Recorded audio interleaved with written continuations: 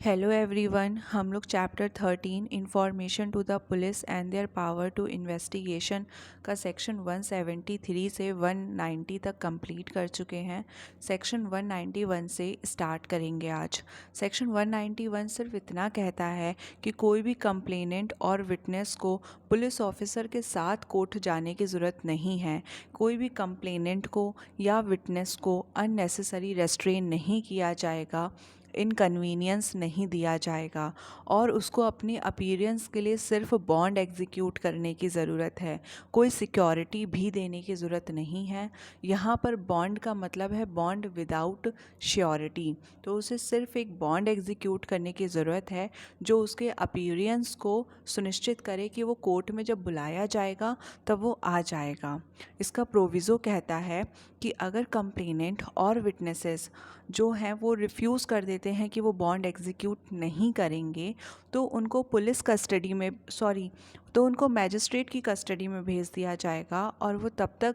Magistrate की custody में रहेंगे जब तक वो बॉन्ड एग्जीक्यूट नहीं कर देते या जब तक केस की हियरिंग कंप्लीट नहीं हो जाती। सेक्शन 192 डायरी की बात करता है। Diary of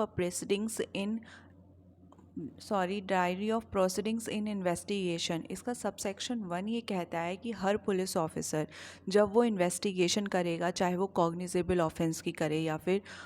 non cognizable offence की इन्वेस्टिगेशन करे, तो उसमें डे टू डे जो भी उसने काम किया है कि वो किस टाइम इंफॉर्मेशन उसको मिली, कब उसने इन्वेस्टिगेशन शुरू करी, इन्वेस्टिगेशन के दौरान वो किस किस जगह पर गया, क्या क्या उसने स्टेटमेंट नोट डाउन करे, तो वो सब वो उस डायरी में लिखेगा। इसका सबसेक्शन 1 ये कहता है। सबसेक्शन 2 कहता है the statement of witnesses recorded during the course of investigation under section 180। तो 180 के अंदर, सेक्शन 180 के अंदर जब पुलिस ऑफिसर विटनेसेस का एग्जामिनेशन कर रहा था वो सारे स्टेटमेंट भी इस डायरी में नोट किए जाएंगे। डायरी वॉल्यूमिनस होगी क्योंकि इसमें सारी चीज़ें होंगी और ड्यूली पैजिनेटेड होगी, मतलब सीक्वेंस से होगी कि कब क्या काम किया गया, कब इन्फॉर्मेशन मिली है, कब उसने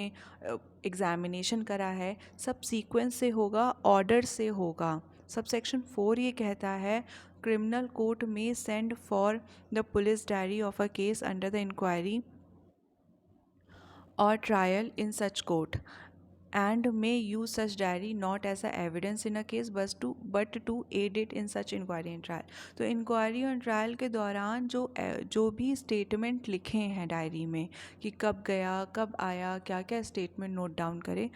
उनको एज अ एविडेंस नहीं यूज़ किया जाएगा, सिर्फ एड के लिए, हेल्प के लिए सिर्फ यूज़ किया जाएगा। उसको एज अ एविडेंस, साक्ष्य के रूप में उसमें कुछ भी लिखा है वो नहीं यूज़ किया जाएगा। अच्छा, ऐसा क्यों नहीं किया जाएगा? क्योंकि ये डायरी पुलिस ऑफिसर ने बनाई है। तो पुलिस ऑफिसर ने ये डायरी बनाई है तो हो सकता है कि उसने अपने हिसाब से कुछ स्टेटमेंट डाल दिए हों, वो इन्वेस्टिगेशन कहीं और करने गया हो, उसने जगह का नाम कोई और डाल दिया हो या स्टेटमेंट किसी और का हो, बोला कुछ और हो और उसने लिख कुछ और दिया हो। क्योंकि ये पुलिस ऑफिसर के द्वारा बनाई गई है, इन्वेस्टिगेशन के द्वारा बनाई गई है और ऐसा हो सकता है, तो इसे एविडेंस के रूप में ना यूज़ करके इसे सिर्फ और सिर्फ हेल्प के लिए यूज़ किया जाएगा इंक्वायरी और ट्रायल के दौरान। सबसेक्शन 5 कहता है neither the accused nor his agent shall be entitled to call for such diaries nor shall he or they be entitled to see them merely because they are referred to by the court। Just because court ने help ली है diary की investigation में जो बनाई गई थी, inquiry और ट्रायल के दौरान सिर्फ कोर्ट ने हेल्प ली है, सिर्फ इस वजह से अक्यूज्ड या अक्यूज्ड के एजेंट को वो डायरी देखने को नहीं मिलेगी। बट अगर पुलिस ऑफिसर जिसने वो डायरी बनाई उसको अपनी मेमोरी रिफ़्रेश करने के लिए यूज़ करता है तो फिर दूसरी पार्टी के पास ये राइट होगा कि वो पुलिस ऑफिसर को कॉन्ट्राडिक्ट कर सकते हैं या फिर वो जो डायरी है उसमें उनको भी देखने का अधिकार मिल सकता है। तो अगर पुलिस ऑफिसर अपनी मेमोरी रिफ़्रेश करने के लिए वो डायरी का यूज़ करते हैं तो फिर दूसरा जो पार्टी है उसको राइट होगा कि वो क्रॉस एग्ज़ामिन कर सकते हैं पुलिस ऑफिसर को उस डायरी से, कॉन्ट्रडिक्शन कर सकते हैं उनका, जैसे सेक्शन 148 में दिया है। और अदर पार्टी क्या कर सकती है, खुद भी देख सकती है उस डायरी को। सिर्फ कोर्ट अगर यूज़ कर रही है तो नहीं देख सकती है, बट अगर पुलिस ऑफिसर को भी यूज़ करना पड़ रहा है अपनी मेमोरी रिफ़्रेश करने के लिए, तो अदर पार्टी उसको देख सकती है। सेक्शन 193 पुलिस रिपोर्ट की बात करता है। अब यहाँ पर जो इन्वेस्टिगेशन थी वो कंप्लीट हो चुकी है। अब पुलिस के द्वारा पुलिस रिपोर्ट बनाई जाएगी और इसको मैजिस्ट्रेट के पास भेजा जाएगा। तो सब सेक्शन 1 ये कहता है कि जो भी इन्वेस्टिगेशन करी गई है इस चैप्टर के अंदर, वो जल्दी से जल्दी कंप्लीट करी जाएगी बिना अननेसेसरी डिले के। सब सेक्शन 2 कहता है वो इन्फॉर्मेशन जो कि रेप ऑफेंसेस से जुड़ी है, या फिर वो इन्फॉर्मेशन जो कि ऑफेंस है अंडर दी पॉस्को एक्ट 2012, तो वो कंप्लीट हो जानी चाहिए 2 महीने के अंदर। जब से पुलिस ऑफिसर को ऐसी ऑफेंस की घटना की इन्फॉर्मेशन मिलती है, उसके 2 महीने के अंदर ये इन्वेस्टिगेशन कंप्लीट हो जानी चाहिए, ऐसा सबसेक्शन 2 कहता है। सबसेक्शन 3 कहता है as soon as the investigation is completed, the officer in charge of a police station shall forward, including through the electronic communication, to the magistrate empowered to take the cognizance of the offence on the police report। तो वो magistrate जो कि police report पे cognizance ले सकते हैं, ऐसे magistrate को जैसे ही इन्वेस्टिगेशन कंप्लीट होगी, रिपोर्ट क्या करा जाएगा, फॉरवर्ड कर दी जाएगी। इस रिपोर्ट में क्या क्या होगा, तो पार्टीज़ का नाम होगा कि कौन प्रोसिक्यूशन है, कौन डिफेंडेंट है, किसके द्वारा इन्फॉर्मेशन दी गई, कैसी इन्फॉर्मेशन दी गई, किस नेचर की थी, मतलब कॉग्निजेबल ऑफेंस था या नॉन कॉग्निजेबल ऑफेंस था, या फिर कौन कौन से ऐसे लोग हैं जिनको फैक्ट्स एंड सर्कमस्टांसेस के बारे में पता है, किसको अरेस्ट करा गया, अगर अरेस्ट करा गया तो बेल पे रिलीज़ किया गया, बॉन्ड पे रिलीज़ किया गया, कस्टडी में भेजा गया, मेडिकल एग्जामिनेशन अगर विमेन का हुआ है तो उसकी रिपोर्ट होगी, और sequence of the custody in case of electronic device, जो भी कस्टडी में भेजा गया है वो सीक्वेंस से होगा कि कब पुलिस कस्टडी में भेजा गया, कब जुडिशियल कस्टडी में भेजा गया। The police officer shall, within a period of 90 days, inform the progress of investigation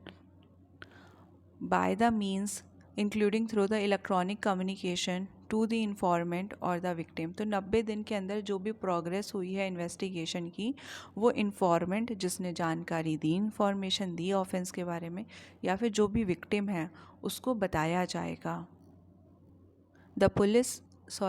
The officer shall also communicate in such manner as the state government may by rules provide the action taken by him to the person। ये कह रहे हैं कि police officer जो भी होगा, जो investigation कर रहा है, अगर उसके द्वारा कोई एक्शन लिया गया है इन्वेस्टिगेशन के दौरान, तो जिस पर्सन ने इन्फॉर्मेशन दी है सबसे पहले उसको वो कम्युनिकेट करेगा, बताएगा पुलिस ऑफिसर इन्फॉर्मेंट को कि जो भी उसने एक्शन लिया है। इसका सबसेक्शन 4 कहता है अगर कोई सुपीरियर ऑफिसर है जो अपॉइंट किया गया है, तो जो रिपोर्ट मैजिस्ट्रेट को भेजी जाएगी वो सुपीरियर ऑफिसर के द्वारा भेजी जाएगी, और सुपीरियर ऑफिसर फर्दर इन्वेस्टिगेशन करने का भी ऑर्डर दे सकता है। सबसेक्शन 5 कहता है where it appears from the report forwarded under this section that the accused has been released on his bond or bail bond, the magistrate shall make such order for discharge of such bond or bail bond or otherwise as it thinks fit। Subsection 5 कहता है कि जहाँ पर investigation के दौरान जो accused person था उसे बॉन्ड पे, बेल बॉन्ड पे रिलीज़ करा गया है, तो मैजिस्ट्रेट जो है वो बॉन्ड को या फिर बेल बॉन्ड को डिस्चार्ज कर सकते हैं, या जो भी उनको ठीक लगता है वैसा वो ऑर्डर पास कर सकते हैं। जहाँ पर रिपोर्ट ऐसी है कि सेक्शन 190 अप्लाई होता है, मतलब अक्यूज्ड के अगेंस्ट सफिशिएंट एविडेंस हैं, तो वहाँ पर वो सारे डॉक्यूमेंट और रेलेवेंट एक्सट्रैक्ट जो अभी तक मजिस्ट्रेट को नहीं भेजे गए हैं वो भेजे जाएंगे, और वो सारे स्टेटमेंट जो सेक्शन 180 के अंदर रिकॉर्ड करे गए हैं पुलिस ऑफिसर के द्वारा, प्रोसिक्यूशन के जो भी विटनेसेस के स्टेटमेंट रिकॉर्ड करे गए हैं सेक्शन 180 के अंदर वो भेजा जाएगा, और जिस एविडेंसेस पे, जिस डॉक्यूमेंट पे प्रोसिक्यूशन का केस रिलाई करता है वो मैजिस्ट्रेट को भेजा जाएगा। सबसेक्शन 7 कहता है जहाँ पर पुलिस ऑफिसर का ये ओपिनियन है कि जो भी स्टेटमेंट रिकॉर्ड करे गए हैं तो उसमें से कुछ स्टेटमेंट है जो कि अक्यूज़्ड को नहीं दिखाने चाहिए, मतलब जिसकी कॉपी अक्यूज़्ड को नहीं देनी चाहिए in the interest of justice में या फिर पब्लिक इंटरेस्ट में, तो वो पुलिस ऑफिसर उस पार्ट पर जो कि पोर्शन अक्यूज़्ड को नहीं बताना है, दिखाना है या जिसकी कॉपी नहीं देनी है, वहाँ पर एक नोट लगा देगा और वो मैजिस्ट्रेट क्या करेगा, उस पार्ट को अक्यूज़्ड को नहीं दिखाएगा, मना कर सकते हैं दिखाने से। पर जो पुलिस ऑफिसर है उसको वहाँ पे रिक्वेस्ट के साथ साथ रीज़न भी लगाना होगा कि वो ऐसा क्यों कह रहा है कि ये पोर्शन अक्यूज़्ड को नहीं दिखाना चाहिए।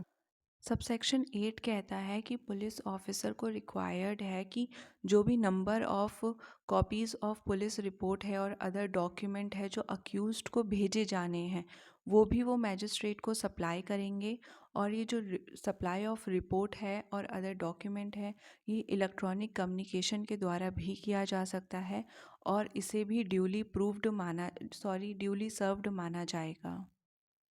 सबसेक्शन 9 कहता है कि अब जब इन रिपोर्ट सबमिट कर दी है मैजिस्ट्रेट को पुलिस ऑफिसर ने, इसके बाद भी जो पुलिस ऑफिसर है वो उसी केस में फ़र्दर इन्वेस्टिगेशन कर सकते हैं। फ़र्दर इन्वेस्टिगेशन मतलब जहाँ तक उन्होंने इन्वेस्टिगेशन करी है उसके आगे इन्वेस्टिगेशन कर सकते हैं, और उस इन्वेस्टिगेशन के दौरान, फ़र्दर इन्वेस्टिगेशन के दौरान जो भी एविडेंस ओरल या डॉक्यूमेंट्री जो भी उनको मिलता है वो आगे मैजिस्ट्रेट को फॉरवर्ड कर देंगे,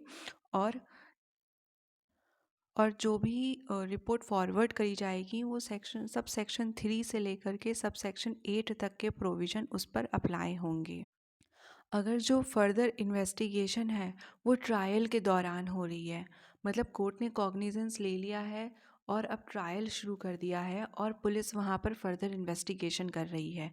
तो ऐसे टाइम पे जो फर्दर इन्वेस्टिगेशन होगी, जब कोर्ट ऑलरेडी केस को ट्राई कर रहा है, तो फर्दर इन्वेस्टिगेशन करने से पहले कोर्ट की परमिशन ली जाएगी, और ऐसे केस में फर्दर इन्वेस्टिगेशन 90 डेज़ के अंदर कंप्लीट करी जाएगी, जिसको कोर्ट परमिशन देकर आगे टाइम बढ़ा भी सकते हैं। Thank you.